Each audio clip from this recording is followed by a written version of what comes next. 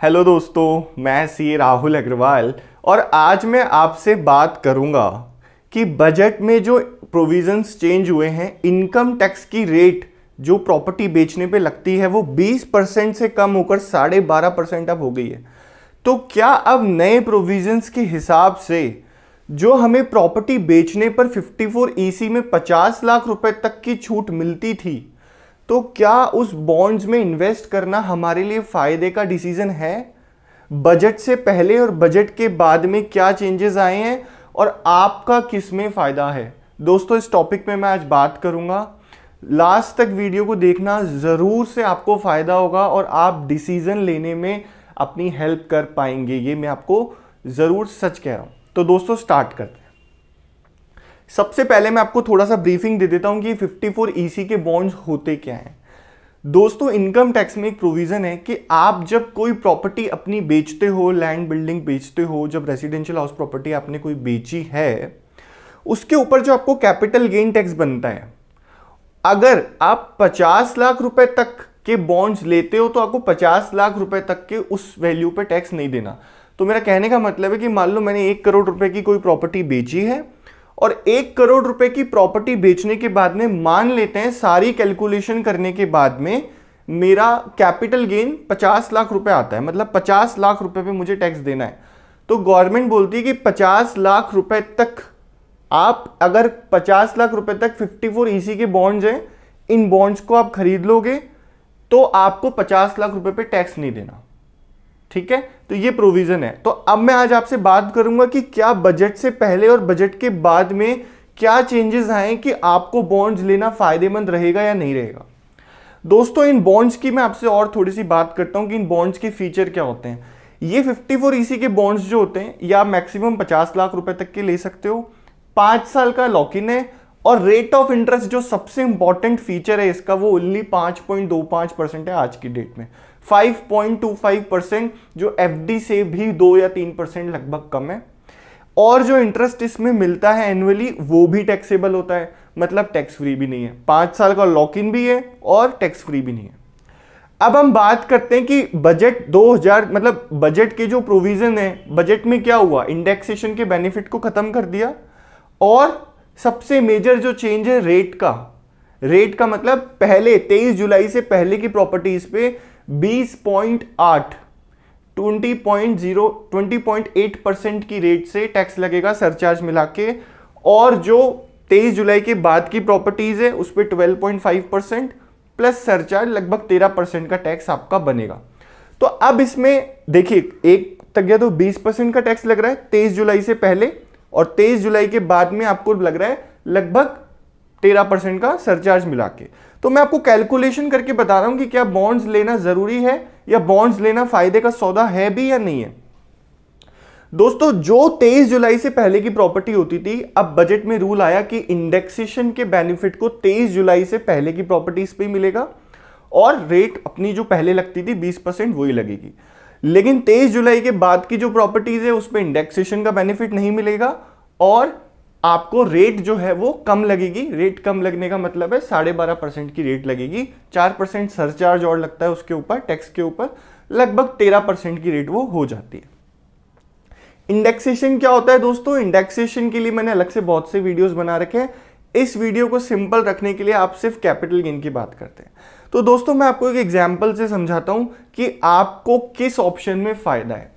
दोस्तों, मेरे एग्जाम्पल में क्योंकि हम 50 लाख रुपए तक ही मैक्सिमम इन्वेस्ट कर सकते हैं इस स्कीम के अंदर, तो मैं एक 50 लाख रुपए का ही एग्जाम्पल लेता हूं कि मान लीजिए आपने कोई प्रॉपर्टी बेची और उस पर आपको 50 लाख रुपए का कैपिटल गेन टैक्स हो रहा है, चाहे से वो इंडेक्स के बाद में हो या इंडेक्सेशन से पहले हो। ठीक है, मान लीजिए आपको 50 लाख रुपए की प्रॉपर्टी पे कैपिटल गेन हुआ। तो दोस्तों, मैं पहले बात करता हूं कि 23 जुलाई से पहले की क्या सिचुएशन थी।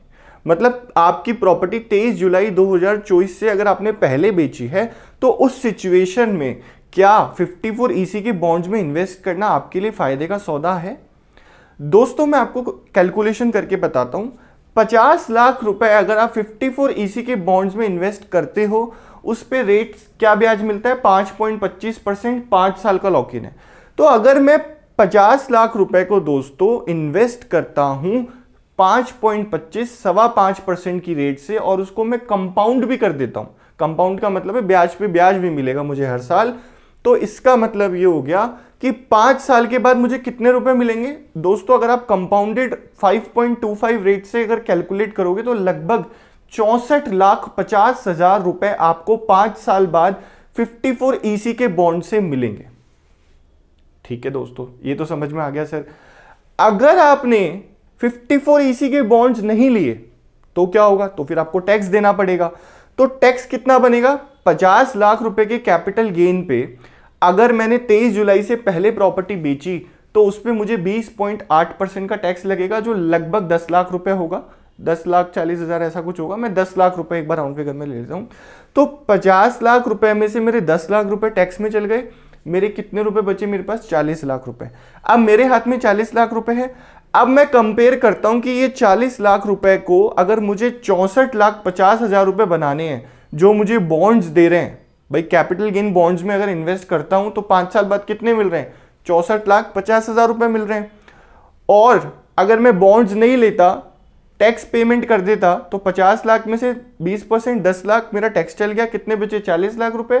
तो अगर मैं कंपेयर करने के लिए रेट निकालता हूं कि 40 लाख रुपए को अगर मुझे 64,50,000 रुपए बनाने हैं 5 साल में, तो दोस्तों मेरी कंपाउंडेड रेट ऑफ इंटरेस्ट आती है लगभग 10.27%। मतलब 23 जुलाई से पहले अगर कोई प्रॉपर्टी बेची और अगर आप बॉन्ड्स में इन्वेस्ट करने का सोच रहे हो तो दोस्तों आपको कंपेयर करना है 10.27 की रेट से। इसका मतलब यह है कि अगर आप बॉन्ड्स में इन्वेस्ट करते तो आपको 64,50,000 मिलते, 64,50,000 मिलते। लेकिन अगर आप बॉन्ड्स में इन्वेस्ट नहीं कर रहे हो किसी वजह से, तो आपको 10.27% अगर रेट ऑफ इंटरेस्ट आप किसी अदर इंस्ट्रूमेंट से, म्यूचुअल फंड से, या कोई हाई इंटरेस्ट एफडी से, या किसी भी तरह की गोल्ड की इन्वेस्टमेंट से अगर आप 10.27% रिटर्न कमा सकते हो तो बेनिफिट है आपके लिए बॉन्ड्स में इन्वेस्ट ना करना। लेकिन अगर आपको लगता है कि आप 10.27% और किसी इन्वेस्टमेंट से नहीं कमा सकते तो फिर बॉन्ड्स बेटर है। मतलब बजट से पहले 10.27% का जो रेट था वो इफेक्टिव हो जाता था कंपैरेटिवली बॉन्ड्स के लिए। मतलब 10% के आसपास हमको ऑप्शन चूज करना होता था कि अगर मैंने बॉन्ड्स नहीं लिए तो मुझे लगभग 10% रिटर्न कमाना होगा मैच करने के लिए। लेकिन अब क्या रूल चेंज हो गया है, अब जो रेट चेंज हो गई है टैक्स की वो 20% से कम होकर दोस्तों वो टैक्स की रेट कम हो गई है 12.5%। ठीक है, तो अब 12.5% के हिसाब से दोस्तों अगर मैं कैलकुलेशन करता हूं तो मेरी कैलकुलेशन क्या बैठेगी, मतलब ये है कि अगर प्रॉपर्टी 23 जुलाई के बाद में बेची है या 23 जुलाई को बेची है तो रेट लगेगी 12.5%। तो मैंने वापस से 50 लाख रुपए अगर 54 ईसी के बॉन्ड्स में इन्वेस्ट किए तो वो मेरे कितने बनेंगे दोस्तों, वो तो सेम ही बनेंगे, रेट तो सेम ही है 54 ईसी के बॉन्ड्स की, तो वो तो 64,50,000 ही बनेंगे। लेकिन बजट के बाद में क्योंकि रेट कम हो गई है और अगर मेरा 50 लाख रुपए का ही कैपिटल गेन टैक्स है तो दोस्तों अगर मैं 13% जो सरचार्ज के बाद की रेट होती है उस पर लगाता हूं तो कितना बनता है, लगभग 6.5 लाख रुपए। तो 50 लाख में से 6.5 लाख गए तो फिर भी मेरे पास 43,50,000 रुपए हैं। ठीक है, जो पैसा ज्यादा है कंपैरेटिवली जो पैसे मेरे पास 40 लाख रुपए बच रहे थे। मतलब पहले मेरे पास 40 लाख रुपए बचते थे टैक्स के बाद में, अब मेरे पास बच रहे हैं लगभग 44 लाख रुपए। और अगर मेरे को इस 43,50,000 को बॉन्ड्स की वैल्यू पे लेके जाना है जो कि 64,50,000 है, तो मुझे केवल दोस्तों 8.22, इसका मतलब केवल 8.22% रेट ऑफ इंटरेस्ट कमाना है किसी दूसरे इंस्ट्रूमेंट से, जो कि मुझे नॉर्मली एफडी से भी मिल सकता है। मेरा कहने का मतलब यह है दोस्तों कि अगर आप 23 जुलाई के बाद में प्रॉपर्टी बेच रहे हो और आपको कैपिटल गेन टैक्स हो रहा है जो कि 50 लाख रुपए तक है और आप सोच रहे हो कि मैं कैपिटल गेन बॉन्ड्स में इन्वेस्ट कर देता हूं, तो दोस्तों इस चीज को ध्यान रखना, बॉन्ड्स में इन्वेस्ट करने से पहले ध्यान रखना आपको केवल 8.20% इंटरेस्ट मिल रहा है। रेट ऑफ इंटरेस्ट इफेक्टिवली 8.20 हो जाएगा, जो कि आपको एफडी से भी मिल सकता है दोस्तों। कुछ एफडीज में 7.5-8% मिल रहा है, और स्मॉल फाइनेंस बैंक की जो एफडीज होती है उसमें 8.5-9% तक का भी रेट ऑफ इंटरेस्ट है। तो इसका मतलब दोस्तों क्या हुआ, बजट के बाद दोस्तों बहुत सी बातें हुई, लेकिन इस पे किसी ने बात नहीं की। दोस्तों गवर्नमेंट का ऑब्जेक्टिव क्या है, गवर्नमेंट को पता है कि रेट कम करने से जो 54EC की जो सेक्शन में एग्जेम्पशन मिलती थी, इसमें भी लोग कम इन्वेस्ट करेंगे अब, क्योंकि मैं आपको बता रहा हूं कि आपको फायदा कम है, गवर्नमेंट को टैक्स ज्यादा मिलेगा। क्योंकि क्या होता था पहले 10% रेट, अगर आप कंपेयर करो पुरानी स्कीम में 10% में लोग सोचते थे कि 10% रेट ऑफ इंटरेस्ट तो ऑब्वियसली बेनिफिशियल ही है, क्योंकि एफडी में भी 7-8% ही मिलता है, तो ज्यादातर लोग 54EC में इन्वेस्ट कर देते थे। लेकिन बजट के बाद की जो प्रोविजन है उसमें तो केवल 8.2% का फायदा है, तो 8% का फायदा तो मुझे एफडी में मिल जाएगा, और एफडी में इन्वेस्ट करके तो मैं कभी भी पैसे को निकाल सकता हूं जब मुझे जरूरत पड़ेगी। लेकिन 54EC के बॉन्ड्स में इन्वेस्ट करने पे तो मुझे कोई फायदा ही नहीं है, 5 साल का लॉक इन है, और केवल इफेक्टिवली तो मुझे 8% की रिटर्न मिलेगी, जो अगर मैं दूसरे इंस्ट्रूमेंट से कंपेयर करता हूं तो दोस्तों ये जो गवर्नमेंट ने डिसीजन लिया है, इसके पीछे एक बड़ा स्टेप ये भी है कि इससे टैक्स कलेक्शन बढ़ेगा, लोग टैक्स पे कर देंगे, और जो बाकी का पैसा बचेगा उसको एफडी में, म्यूचुअल फंड्स में, शेयर्स में या फिर गोल्ड में इन्वेस्ट करेंगे। गवर्नमेंट ने जो रेट कम की है उसके पीछे टैक्स कलेक्शन बढ़ेगा गवर्नमेंट का, ये भी बहुत बड़ा रीजन है जिसके बारे में कोई बात ही नहीं कर रहा है। तो दोस्तों मैं अगर मेरी राय दूं दोस्तों, तो आप अगर इसको इस तरीके से देखिए कि आप अभी तो इसमें मैंने टैक्सेशन नहीं लिया है, अगर आप इसको टैक्स के नजरिए से देखेंगे तो टैक्स को इसलिए नहीं लिया क्योंकि दोनों ही कंडीशन में टैक्स लगना है। अगर आपने इस पैसे को एफडी में डाला तो एफडी पे भी टैक्स लगना है, और इसका जो इंटरेस्ट है इस पे भी टैक्स लगना है, तो दोनों ही सिचुएशन में टैक्स है, तो इसको अपन नॉन टैक्स तरीके से कंपेयर कर रहे हैं। मेरी राय इसमें ये होगी दोस्तों, जो मेरा सोचना है कि जो सिंपल सी 7.5-8% की रिटर्न भी अगर मुझे कोई बैंक दे रहा है और उस पैसे को मैं कभी भी निकाल सकता हूं, वो पैसा मेरा लिक्विड है, अगर मुझे कोई फ्यूचर में कोई चीज खरीदनी है या मेरे को किसी भी वजह से पैसे की जरूरत पड़ सकती है, तो मैं क्यों मेरा पैसा सिर्फ 0.25 या 0.5% की वजह से क्यों मैं मेरे 54EC के बॉन्ड्स खरीदूंगा। और दूसरी बात, कई जगह जो म्यूचुअल फंड्स होते हैं, जो गोल्ड है, शेयर्स में इन्वेस्ट करते हैं, वो तो कई बार 10-12-15% तक भी रिटर्न कमा लेते हैं, तो उनके लिए तो ये इन्वेस्टमेंट बिल्कुल ही खराब हो जाता है। और दोस्तों इसमें इन्वेस्ट करना ल्यूक्रेटिव गवर्नमेंट ने कम केवल और केवल इसीलिए किया है क्योंकि गवर्नमेंट को टैक्स का कलेक्शन बढ़ाना है, जो कि इसमें इन्वेस्टमेंट कर देते थे लोग तो गवर्नमेंट को टैक्स नहीं मिलता था। आई होप दोस्तों आपको वीडियो समझ में आई होगी और वीडियो समझ पा रहे हैं आप। आपके कोई क्वेश्चंस हैं मुझसे डायरेक्ट पर्सनली पूछना चाहते हो, मैं मेरे व्हाट्सएप नंबर दे के रखता हूं आपको वीडियो में, आप मुझसे 1-to-1 कनेक्ट कर सकते हैं। आपने कोई प्रॉपर्टी बेची है, आपको कंफ्यूजन है कि टैक्स कैसे बचाना है, कौन सा ऑप्शन आपके लिए बढ़िया है, तो आप मुझसे व्हाट्सएप पे कनेक्ट करिए और हम 1-to-1 बात कर सकते हैं। कमेंट बॉक्स में भी लिखिए, मैं कोशिश करूंगा जरूर आंसर करने की। अब दोस्तों मैं इस वीडियो में आपको एक ये तो व्यू पॉइंट दे दिया मैंने कि अगर फाइनेंशियल कैलकुलेशन करें तो ऑब्वियसली अब ये 54EC के जो बॉन्ड्स है उसमें इन्वेस्ट करना इतना फायदे का सौदा मुझे तो नहीं लग रहा है। हो सकता है कुछ लोगों को लगे, लेकिन मेरा इसमें ये व्यू है कि कैलकुलेशन करने पे अब ये 54EC के बॉन्ड्स कुछ ज़्यादा फायदे का सौदा नहीं है।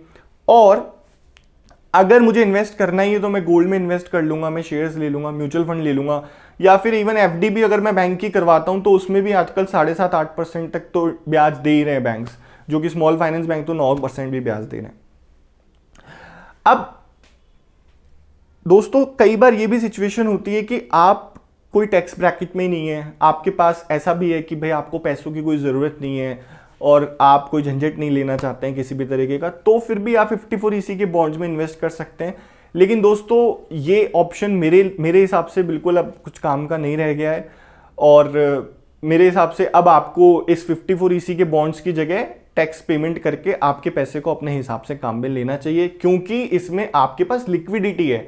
अगर आप बॉन्ड्स में इन्वेस्ट करते हो तो आपको 5 साल का लॉक इन है और उस लॉक इन पीरियड में आप उस पैसे को नहीं निकाल सकते हो।